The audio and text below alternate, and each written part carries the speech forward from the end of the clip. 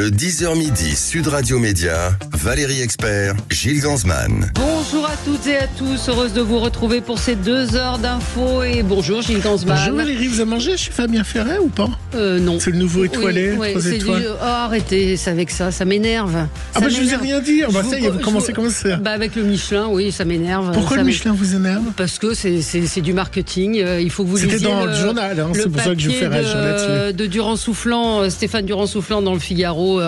C'est la première fois qu'un étoilé obtient 3 étoiles du jour au lendemain, c'est-à-dire sans passer par 1, 2, 3. Donc voilà, tout le monde en parle. La preuve, vous êtes tombé dans le panneau. Mais non, c'était dans le journal, parce que vous n'avez pas écouté le journal. Mais c'était dans le journal. Oui, mais donc je vous ai réagir au journal parce que je sais que vous aimez bien la cuisine et c'est étoilé. Mais vous êtes tombé dans le panneau du Michelin. Tout le monde tombe dans le panneau du Michelin. Le mieux est de ne pas en parler. Voilà. Notre invité aujourd'hui, c'est Franck Lanoux. Bonjour Franck Lanoux. Bonjour, vous avez été vice-président d'Altis Média. Vous avez été directeur de RMC. Vous connaissez bien la radio. Vous y travaillez depuis plus de 30 ans. Énergie, Europe 2. Et vous êtes à l'origine du projet d'RMC avec Alain Veil. On a eu le plaisir et la chance de travailler ensemble, comme le disait Jean-Jacques Bourdin tout à l'heure. Vous avez été également associé dès la création de Next Radio TV en 2000. Et donc, vous connaissez bien ce groupe Altis. Et ce matin, on va parler de ce rachat.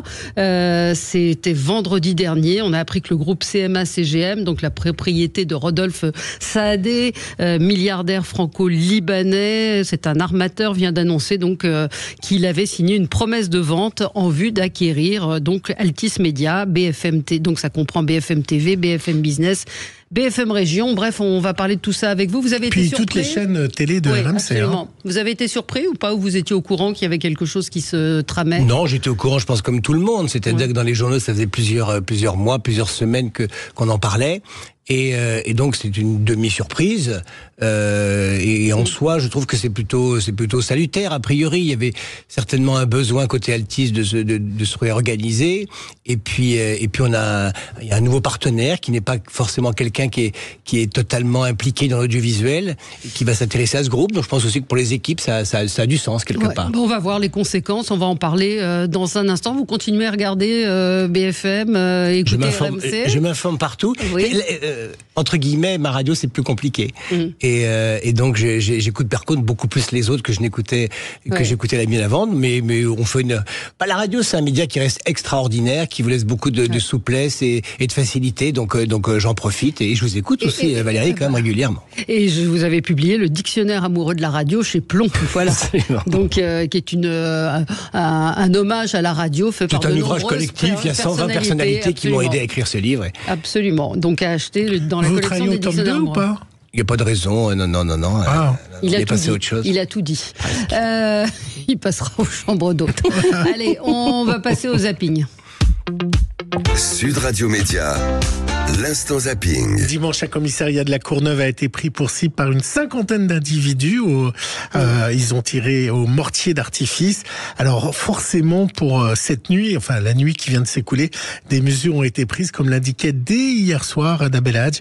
C'était dans C'est à vous, le représentant syndical. Et vous allez voir, ils ont été très radicaux justement. C'est prémédité. Je pense pas qu'il y ait quelqu'un de normal en France qui se balade avec un mortier à 380 coups. C'est des jeunes qui voulaient se venger par rapport à un accident où ils ont estimé que toute la police était en cause, parce que les collègues qui étaient là dans ce commissariat, c'est pas les collègues qui étaient au volant du véhicule. Et on va être très très vigilants. Ce qui va être notre priorité pour cette nuit, c'est de sécuriser le commissariat de la Courneuve. On va juste essayer d'éviter l'effet boule de neige. C'est-à-dire qu'on va procéder à une physionomie de chaque quartier de toute la région parisienne. Ils ont été dans chaque quartier de toutes les régions parisiennes. Vous imaginez ce qu'on dépense comme argent et tout ce qu'il met en place. Bon, lui, c'est mon chouchou. Le El Loco, ça fait longtemps que je vous en parle d'Argentine. Bon, il fait encore parler de lui, le El Loco. C'est le président argentin, Javier Milei, alors qu'il a imposé des restrictions financières comme jamais à l'Argentine et à son peuple. Vous savez ce qu'il a fait? Il s'est augmenté de 48%. Évidemment, tollé dans la population et dans les médias, comme le révélait hier Quotidien. Et oui, Javier Milei a signé sa propre augmentation de 48%, mais il prétend ne pas l'avoir su. Alors depuis quelques jours, ça tire à balles réelles sur les chaînes de télé d'opposition. Il a reçu involontairement une augmentation de salaire. Attendez, je vais tenter de rentrer dans la pensée de cet homme. Le président, qui est économiste de métier, ne savait pas qu'il avait reçu une augmentation. Les mensonges finissent toujours par être découverts. Il a coupé de force 50% des salaires des retraités et lui s'augmente son salaire de 50%. Et oui, cette augmentation présidentielle passe très mal alors que Javier Milei impose une cure d'austérité d'une sévérité inédite à la population. Pourtant, lors de la campagne, il l'avait répété et il avait promis ça. On ne va pas le faire payer aux gens, on va le faire payer à la classe politique. C'est à la caste politique de payer pour la rigueur. Alors Javier Milei est toujours quand même en plein état de grâce avec 52% des Argentins qui lui font confiance. Il a finalement fait annuler son augmentation. Vous êtes déjà augmenté sans le savoir? Franck, vous êtes déjà augmenté? J'ai toujours eu un patron et puis quand j'avais une activité libérale, personnelle, on se gère tout seul. Donc dans ce cas-là, on fait plutôt attention à ce qu'on dépense et également à ce qu'on reçoit. J'ai jamais été confronté à ça. Est-ce que vous pensez que les médias vont font l'élection d'un homme politique ou pas? Moi, je crois pas. Je crois qu'on l'a vu récemment. Enfin, je veux dire, l'élection de François Hollande ou l'élection du président Macron, ce sont deux élections auxquelles on ne s'attendait pas.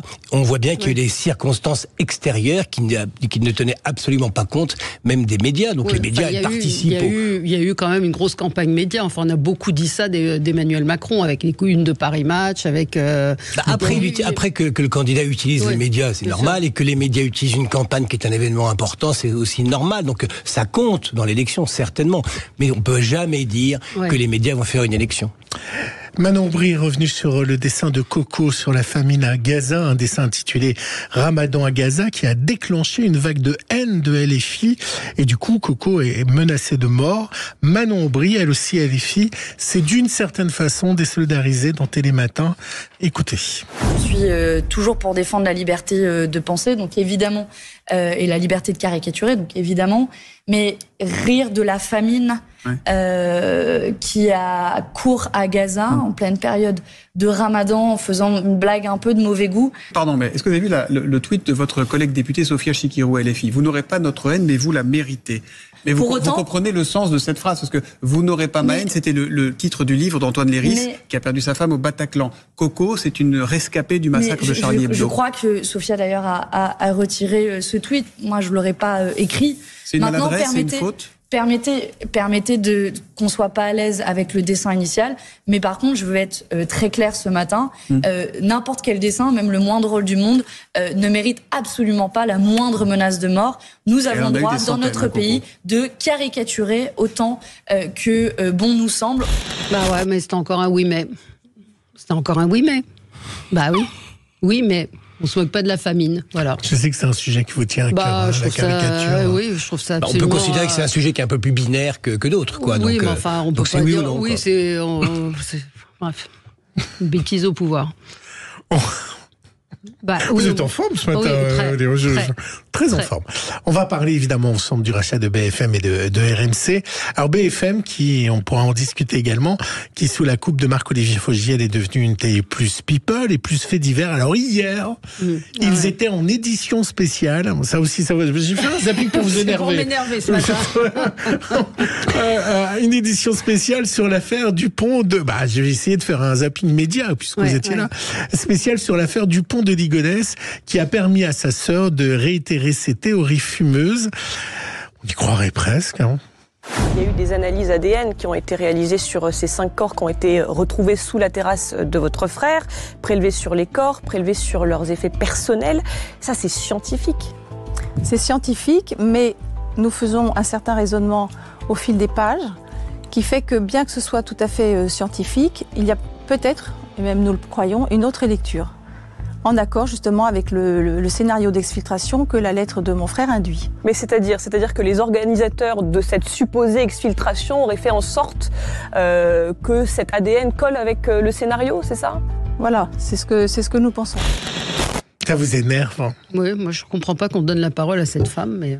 Beaucoup en plus, hein, on la voit partout. Beaucoup. Alors hier, il y a eu 3h30. Hein, après c'est une grande soirée BFM. Je suis pas sûr que ça soit assez. Non, on l'a vu sur France 2 le week-end dernier, sur RTL, elle a eu droit au matin et au soir, l'après-midi. Donc on la voit beaucoup.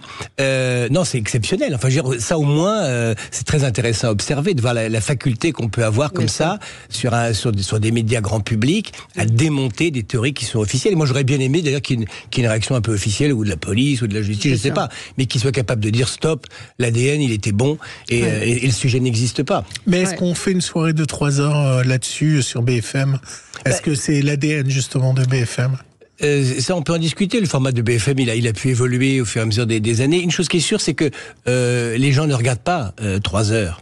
Non. Donc, si vous voulez, quand on a une bonne information, quand il y a un témoignage qui vaut la peine, on doit être capable de le rediffuser à plusieurs reprises, et parce que les gens ne vont précisément pas regarder 3 heures. C'est parfois un peu le sujet aussi des gens de notre métier qui passent toute la journée à regarder les chaînes d'information. Ils ont un mode de consommation qui n'a rien à voir avec celui qui est fait pour le public concerné. Mais le fait divers a remplacé le hard news, ce qu'on appelait le hard news, c'est-à-dire être là où l'info. Oui, mais ça, est-ce qu'il fallait pas mieux être à la Courneuve que d'être autour du pont de Ligonnès? C'est une décision éditoriale qui appartient aux gens qui sont en place, et c'est leur sujet, c'est pas le mien.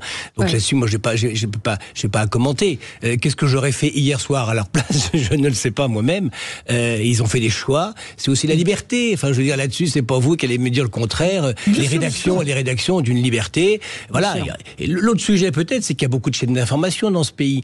Donc, quelque part, c'est aussi la chance que chacun fasse ce qu'il a envie de faire. Et après, les gens choisissent. Et puis là encore, les gens ne regardent pas 3 heures BFM TV. Non. Il sera éternellement... Il y a une auditrice qui nous dit c'est une bête de foire, cette femme, et c'est pour ça qu'il l'invite. Et je suis entièrement d'accord avec elle. Il sera éternellement le chanteur de Caroline Pique ton cœur, MC Solar. Il est mort? Non, pas du tout. Bon. Il était en live, il a présenté son nouvel album dans C'est à vous. Alors, dans C'est à vous et son nouveau single. Il danse. Moi, j'aime bien.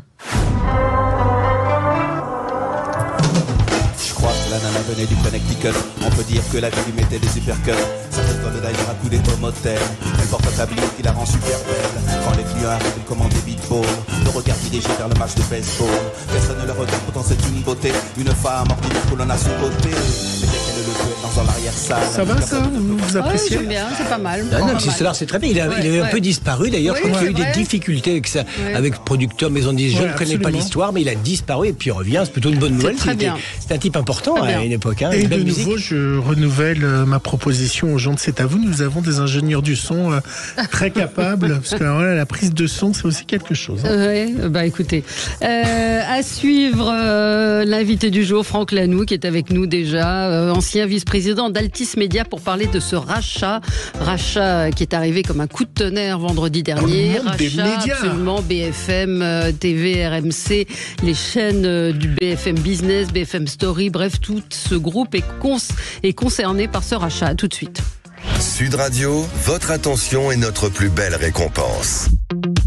Sud Radio Média, l'invité du jour. L'invité du jour, c'est Franck Lanoux, spécialiste de la radio. On peut le dire comme ça. Vous avez dirigé le dictionnaire amoureux de la radio qui est paru chez Plomb. Vous avez été vice-président d'Altis Média, directeur de RMC. Vous avez contribué à créer avec Alain Veil le groupe Next Radio TV. Et puis, vous avez quitté ce groupe il y a quelques mois. Oui, c'est ça, quelques mois. Il y a quoi, 1 an? 2 ans et demi. 2 ans et demi. Et puis vendredi, nous avons appris que BFM TV et RMC étaient vendus à l'armateur Rodolphe Saadé, propriétaire du groupe CMA-CGM, qui est déjà propriétaire de La Provence et de La Tribune.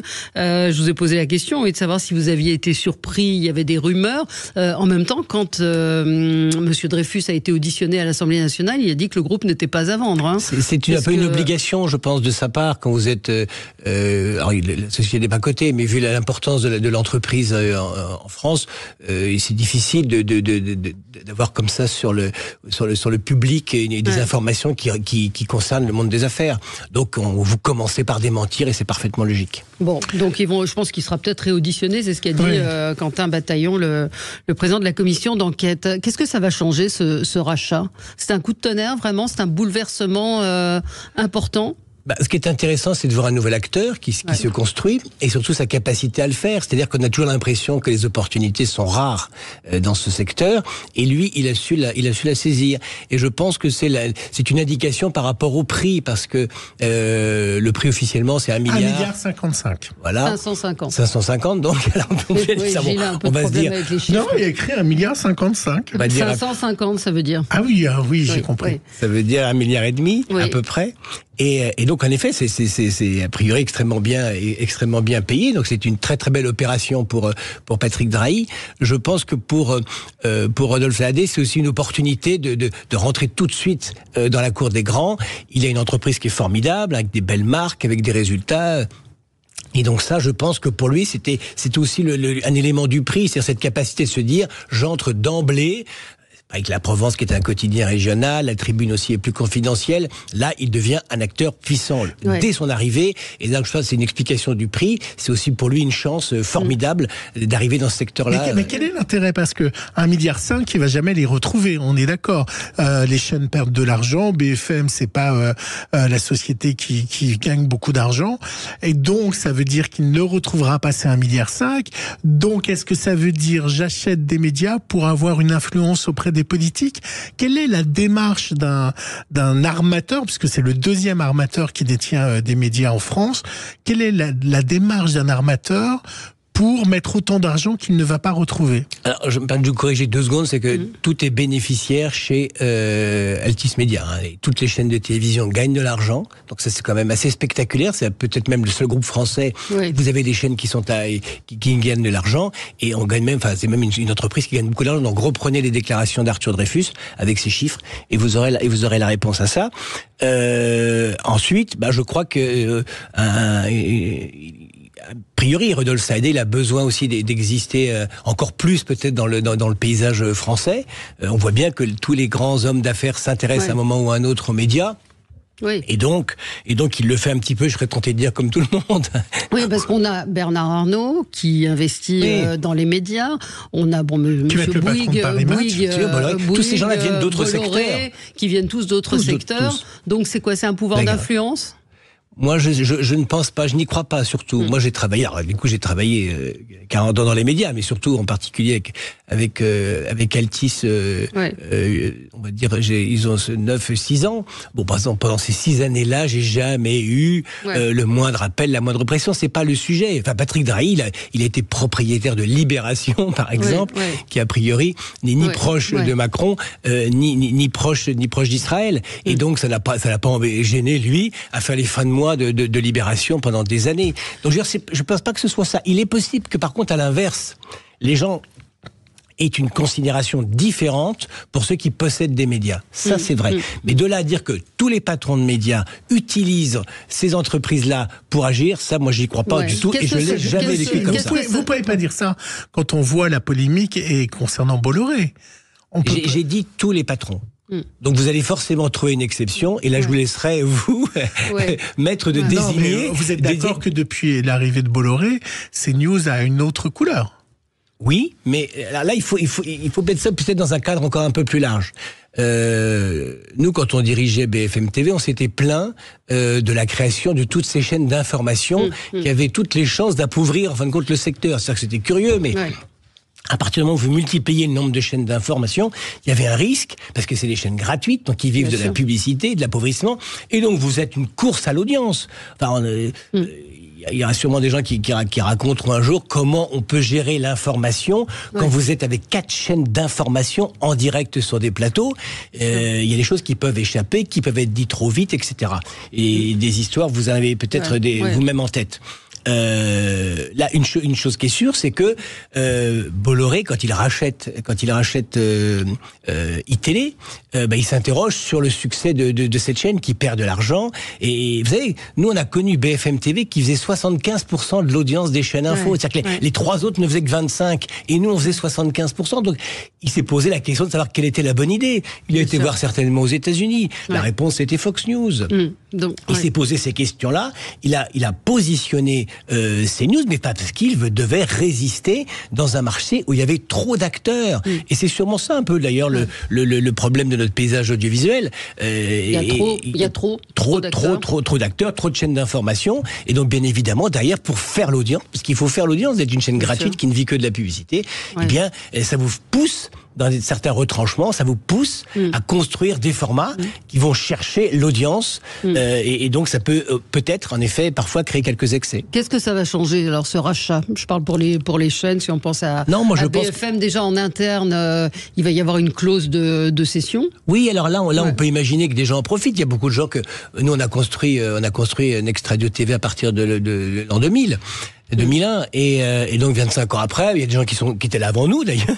Il y a beaucoup de gens qu'on a embauchés sur toutes ces années-là. Il y a forcément des gens qui vont s'interroger pour se dire après tout c'est une opportunité. Vous savez, même des gens, vous connaissez mieux que moi ces mécanismes-là, mais il y a des gens qui vont se dire après tout dans ma vie c'est une opportunité unique d'avoir un changement d'actionnaire alors que moi j'ai 25 ans d'une maison.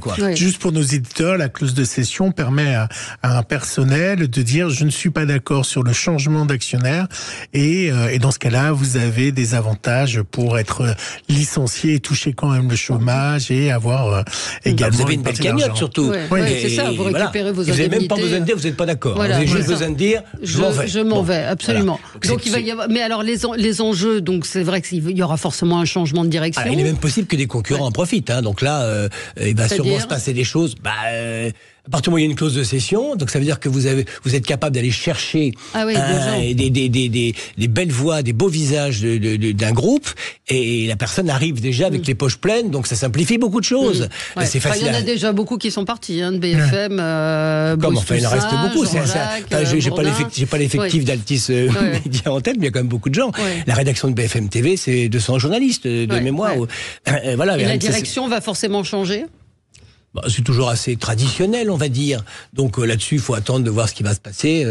À la direction, il y a aussi il y a un comité de direction, il y avait une douzaine. Donc on peut pas imaginer que 12 personnes vont quitter en même temps. On place ces hommes dans l'entreprise. Et après, il peut se passer des mouvements, mais tout ça, c'est très difficile de le commenter aujourd'hui. On verra déjà bien la vitesse à laquelle ça va se faire. On peut imaginer qu'il y a un mercato qui va jouer. Donc peut-être qu'en effet, les équipes de direction sont sujettes à verrouiller, en fin de compte, les situations de la rentrée, de la grille de l'an prochain. Et puis ensuite, il y a un phénomène assez curieux, c'est qu'en effet, Rodolphe Saadé n'a pas une très grande activité média aujourd'hui, donc là, il va exploser son activité dans son groupe, et en même temps, le groupe Altis fonctionne avec beaucoup de synergie, donc il va falloir débrancher le groupe, la partie média du groupe Altis, qui intègre en particulier SFR, et donc là, il y a des mouvements qui vont se passer aussi, forcément. Et après la pub, je vous poserai une question très compliquée. Imaginez que l'Arcom ne renouvelle pas la licence. Vous imaginez, il a sorti 1,5 milliard et il a pris la licence. Allez, on se retrouve dans un instant avec vous sur Sud Radio. Sud Radio, le 10h midi média. Valérie Expert, Gilles Gansman. Sud Radio, le supplément média. Le supplément média avec Franck Lanoux, qui travaille dans le secteur de la radio depuis plus de 30 ans, ancien vice-président d'Altis Média, ancien directeur de RMC. Vous avez créé RMC avec Alain Veil. On lui a donné une deuxième vie, oui. Oui, vous avez démarré dans un sous-sol en 2000, il faut le dire. Non, je sais, absolument. C'est une chaîne qui a été créée vraiment avec votre talent, celui d'Alain Veil. Je voudrais lui rendre hommage aujourd'hui parce que c'est un homme qui a été très visionnaire et très talentueux. Puis du succès d'RMC, on a pu enchaîner avec la reprise de BFM Radio, la création de BFM TV, RMC Découverte, RMC Story, tout ça c'est vraiment lié. L'équation elle était possible qu'avec Alain Veil. Donc c'est sûr que lui, son talent est central dans cette histoire. Et justement, à la création, comment vous avez vécu le fait que quand Lou dise que RMC c'était la radio bière, chauffeur de taxi et Front National? Il disait radio marine championne, RMC. Voilà. Très mal. très mal. Je l'avais dit à l'époque au patron d'Europe 1. Patron d'Europe 1 qui m'aimait moi-même, il me ridiculise à l'antenne, etc. Et je lui avais dit non, c'est différent parce que un artiste dans un théâtre, il n'y a pas de sujet. Voilà, un artiste qui fait une caricature d'une personnalité, on considère aussi que maintenant c'est admis. Le problème, c'est qu'il utilise ton entreprise, il utilise tes fréquences, ton matériel, etc. pour dénoncer un concurrent. Et en plus, c'est pas une caricature. Considérer que RMC était Front National à l'époque, ça n'avait absolument aucun sens. Il s'est calmé, donc ça s'est retourné. Il a beaucoup attaqué Jean-Jacques Bourdin et beaucoup moins RMC. Beaucoup moins, voilà. Mais bon, je ne sais pas si Jean-Jacques le vivait très bien. C'est des bouleversements aujourd'hui quand même assez importants dans les médias. On voit aussi qu'il y a Xavier Niel qui est candidat vraisemblablement, qui lorgne aussi sur des fréquences. Il y a eu cette audition au Sénat. On peut peut-être en dire à l'Assemblée nationale, en dire un mot. On voit qu'il y a quand même des concentrations de médias dans des grands groupes qui se dessinent, qui se précisent de plus en plus. Alors oui, ça c'est évident, mais en même temps, il y a une technologie qui dépasse tout ça, qui est le digital. Oui. On voit bien aujourd'hui que pour écouter du son ou voir des images, le digital prend progressivement le dessus. Donc les licences, les fréquences, parce que toutes ces histoires d'indépendance, etc., elles naissent de ça. Elles naissent du fait que le spectre, c'est-à-dire les ondes, qui sont un bien d'État, qui appartiennent à l'État, étaient rares. Et donc il y avait peu de radios et peu de chaînes de télé. Absolument. Aujourd'hui, avec le digital, les vannes sont ouvertes. On peut multiplier les chaînes à l'infini, multiplier les radios à l'infini, et les gens n'ont plus rendez-vous avec des médias qui ont un programme linéaire. Ils font ce qu'ils veulent, quand ils veulent et d'où ils veulent. Donc le paysage, il explose par nature, par la technologie. Et en effet, la difficulté, c'est de continuer à essayer de gérer les médias traditionnels qui sont soumis à des obligations, mais qui paraissent, avec le temps, un peu désuètes. Mais il faut continuer à avoir des obligations, il faut continuer à réguler ce paysage. Et en même temps, on se dit, les gens font surtout ce qu'ils veulent, ils écoutent ce qu'ils veulent quand ils veulent, et donc c'est plus vraiment le sujet d'avoir une licence ou une fréquence. J'en profite d'ailleurs pour remercier nos éditeurs, puisque on a eu la communication des chiffres du numérique de Sud Radio. Nous avons eu plus de 3,4 millions d'écoutes uniquement pour le mois de février sur Sud Radio. C'est uniquement pour l'émission Rap Média. Sur les smartphones, les tablettes, plus 101% de rapport à février. Et donc, c'est une augmentation assez... C'est vrai que ça change beaucoup la donne. Merci à nos auditeurs de nous écouter sur les différents supports. Par exemple, on s'interroge toujours sur les temps de parole des personnalités politiques. Aujourd'hui, ça n'a pas de sens. Alors, bien sûr qu'il faut encore gérer ce virage, mais on peut très bien imaginer que demain, ce soit plus du tout un sujet. Et qu'on admette quelque part les chaînes d'opinion. Enfin, on peut tout à fait considérer... Dans la presse, le problème ne se pose pas, parce qu'en presse, vous pouvez publier comme vous voulez, il y a des sociétés qui distribuent dans tous les kiosques de France, il n'y a aucun sujet. Donc, vous avez le droit d'avoir un journal d'opinion. Mais on n'a pas le droit, a priori, d'avoir une chaîne d'opinion. Et non, parce que la ressource était rare. Et c'est toute la difficulté aujourd'hui de cette commission d'enquête et de l'Arcom d'arriver à... Vous avez dit que c'était Fox News, sauf que eux s'en défendent. Donc, parce que Fox News est une chaîne d'opinion. Alors ça, c'est un élément intéressant qui va sûrement arriver d'ailleurs quand ils vont devoir parler du renouvellement. C'est de voir comment, en effet, la convention est appliquée. Parce que l'autre jour, lors de l'audition de Vincent Bolloré, on a vu des députés qui avançaient en ordre dispersé. Bon, ils n'ont pas tous les mêmes obédiences, ils ne sont pas incartés dans les mêmes partis, donc ils ont sûrement du mal à travailler ensemble. Mais à l'arrivée, on a eu beaucoup de répétitions, beaucoup de fois les mêmes reproches, etc. Tout ça avec des petites histoires, des petites anecdotes, c'est pas très précis. Il y a un élément qui est majeur, c'est CNews a une convention. Bien sûr. Historiquement que c'est ça. Aujourd'hui, l'Arcom dit qu'elle la respecte. Et donc, il faut que l'Arcom dise clairement si cette convention est respectée ou pas. Et la convention, c'est différent des temps de parole. Les temps de parole, c'est des choses qui sont mathématiques, qui sont relevées, qui sont chronométrées. Et là-dessus, CNews n'a aucune difficulté à publier des chiffres qui sont honnêtes. Sauf que là où ils sont piégés, entre guillemets, c'est que la ligne éditoriale, ils nous ont bien dit, on ne peut pas intervenir. Donc c'est très compliqué pour eux, puisque les temps de parole, c'est bien la problématique, c'est qu'ils estiment, le Conseil d'État dit qu'il y a des personnalités qui seraient de droite ou d'extrême droite, mais on ne peut pas les ficher. Non, et c'est pour ça qu'il faut qu'il y ait un jugement un peu fin de la part de l'Arcom, mais la Convention, elle écrit très précisément, l'éditeur assure le pluralisme de l'expression des courants de pensée. Donc il faut être capable, en effet, de savoir si aujourd'hui CNews garantit garantit cette obligation déontologique qui est dans sa convention. Moi, je vais revenir aux téléspectateurs. Est-ce que le fait, et à nos auditeurs, est-ce que le fait que ça soit un grand groupe comme celui-là donne pas une nouvelle fois une indication à nos auditeurs que la presse n'est pas libre et qu'une nouvelle fois, ça va tomber un peu sur les journalistes? Parce que c'est vrai que BFM, sur la couverture des Gilets jaunes et autres, a été énormément critiqué. Est-ce que, de nouveau, le fait qu'un grand groupe financier prenne la tête... Là, vous revenez sur la vente et sur CMA, CGM et Why Not Media, qui est le nom de la filiale de Rodolphe Saadé. Les Gilets jaunes, vous nous renvoyez à l'an 40, maintenant, ça paraît très très loin. Oui, moi j'y étais. Oui, mais si vous voulez, c'est un événement qui était exceptionnel, et on a tous appris, en fin de compte, à gérer cette information en direct, avec des événements spectaculaires, hors normes, qu'on n'avait jamais connus. Il a bien fallu là, en effet, que les médias apprennent sur le tas à gérer cette information, et ça n'a pas été simple pour tout le monde. Et le principe aussi des chaînes d'information comme ça qu'on écoute trop longtemps, ça crée forcément aussi un biais, donc on peut rien y faire. D'un côté, vous avez une chaîne qui produit l'information en boucle, de l'autre côté, si les gens la regardent un peu trop, ça crée des effets qui sont pas souhaitables. Mais ça, malheureusement, vous n'y pouvez pas grand-chose. C'est bien pire parfois d'être en boucle sur les réseaux sociaux, avoir des bêtises. Pour revenir au rachat donc par Rodolphe Saadé du groupe Altis, de cette partie média. Rodolphe Saadé, son groupe média, il est relativement jeune. Il n'a pas d'expérience en télé. C'est quand même assez unique aussi dans le genre, non? Tout le monde se souvient quand même de la façon dont Bouygues avait pris TF1. Pareil, ils étaient moqués face à Lagardère qui triomphait à l'avance. On a bien vu que l'époque TF1 a su parfaitement être géré. Donc moi, je pense que c'est quand même des gens assez brillants, voire exceptionnels, capables de s'entourer, de trouver des bons professionnels. Rassurez-vous, il y aura la queue au portillon pour aider M. Saadé à développer. Vous iriez ou pas, si on vous appelle? J'ai fait mon temps là-bas, etc. Et je vois pas comment demain je peux être en position pour aller manager, etc. Je vais appeler pour vous. Tout ça, c'est pas un sujet qui me préoccupe aujourd'hui. Non, pas du tout. Et en tout cas, non, comme patron, je peux le dire tout de suite, je me vois vraiment pas demain retourner chez Altis. Ce serait même dommage, moi-même.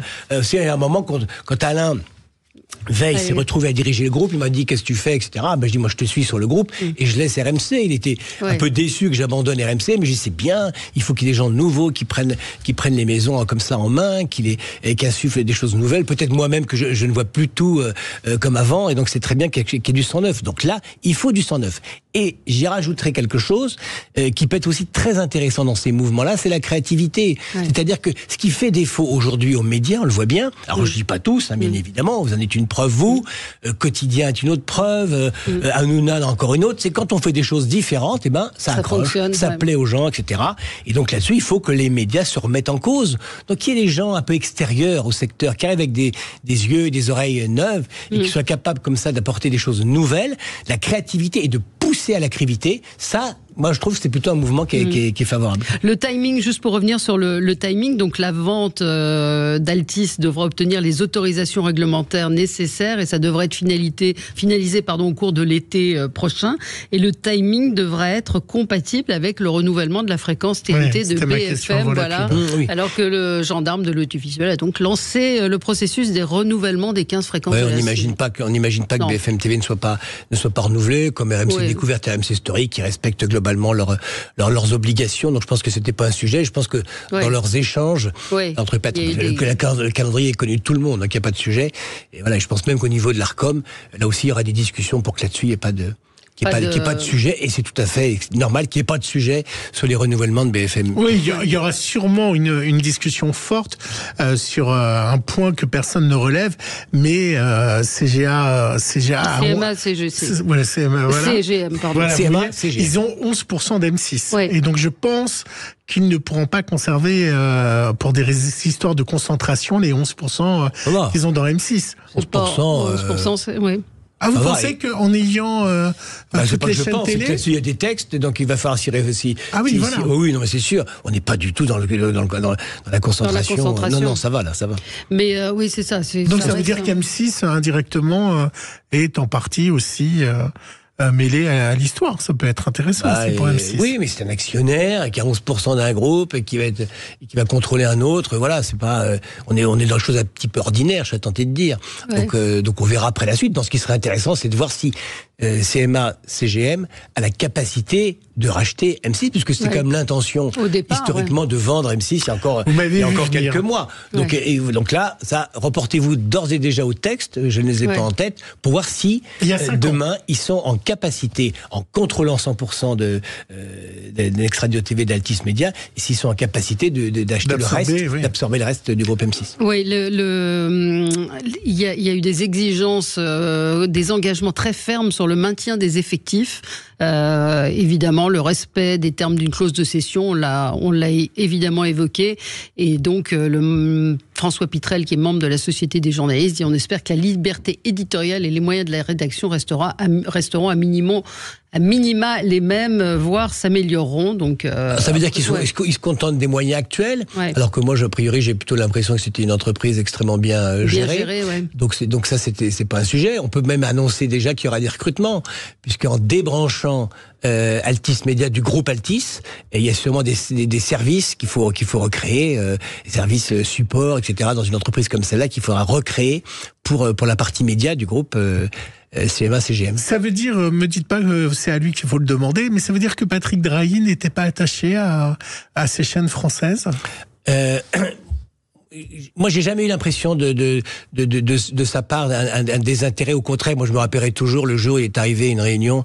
Il était venu en taxi ce matin, il avait bien ri avec Nicolas Canteloup en voiture, et il m'avait dit, il est formidable ce type, il pourrait pas être chez nous, etc. Donc je vois bien, et ça l'amusait, je vois bien aussi comment, avant même qu'il nous rachète, comment il envoyait des photos de studios de télévision à New York sur le portable d'Alain Veil pour lui dire, donc c'est un secteur qui l'intéressait, mais c'est un homme d'affaires, c'est quelqu'un qui est rentré dans les médias parce qu'il a vu l'intérêt de la convergence aussi, puis il s'est rendu compte assez rapidement que c'était un leurre, que la convergence, tout le monde convergeait tout seul avec son téléphone portable, ses box, très librement, et qu'on n'avait pas besoin d'un grand groupe qui allait nous faire zizi pampan et intégrer toutes les activités. Donc en fin de compte, ça c'était une espèce de leurre qui avait été suite Vivendi au début des années 2000, qui était donc à nouveau celui sûrement d'Altis il y a une dizaine d'années. Et puis une fois qu'il a clos le dossier, il a acheté très cher la Ligue des Champions, puis 2 ans après il l'a perdu. C'était pas un sujet, et on avance et on passe à autre chose, parce que je pense que Patrick il a envie de développer ses affaires,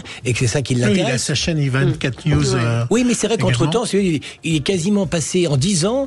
À un moment, il a dû contrôler quasiment une trentaine de titres de presse, avec le groupe Roularta, l'Express, l'étudiant, côté sud, côté ouest, côté... il avait racheté énormément de titres.